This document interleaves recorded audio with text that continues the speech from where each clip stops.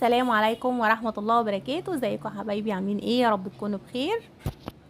فيديو النهاردة من مكان قوات مسلحة اسمه طفلي دوم او طفولي دوم زي بقى ما بتنطقوها.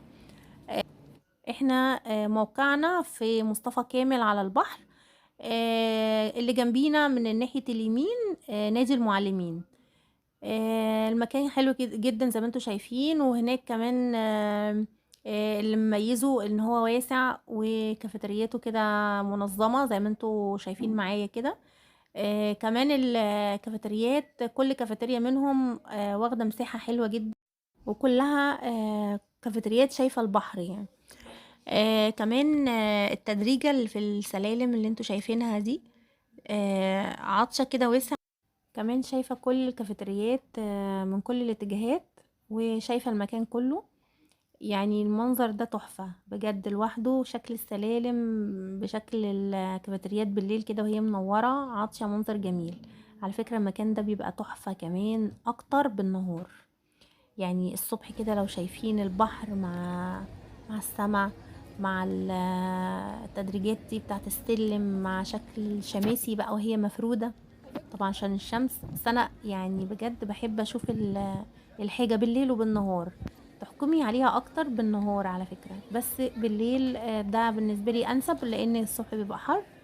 كمان الاضاءة برضو عاملة شغل جامد. كل كافيتيريا عاملة اضاءة كده فعطشة نور. آه، شكله حلو قوي. الولاد بقى بيلعبوا هنا ويجروا ويتنططوا. كمان بصوا يعني المكان نضيف قوي. قوات مسلحة بقى يا جماعة.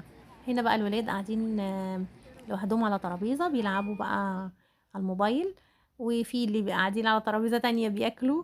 يعني المكان واخدين راحتنا فيه. انتشروا يا جماعة انتشروا بجد حلو قوي. كمان البازار محليه ان انتي في رجل بسببه. الناس بتنزل بقى يعني مخصوص عشان البازار، وبعد كده بيقعدوا بقى في كافيتريات لان البازار اسعاره مناسبة قوي. ده البحر كده زي ما انتوا شايفين، وهناك كده فندق،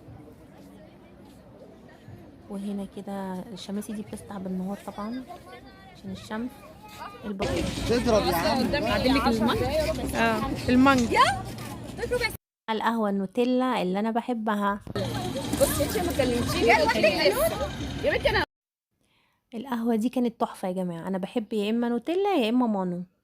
يا رب بقى يعجبكم الفيديو، وان شاء الله اكون افدتكم وتروحوا المكان وتجربوه.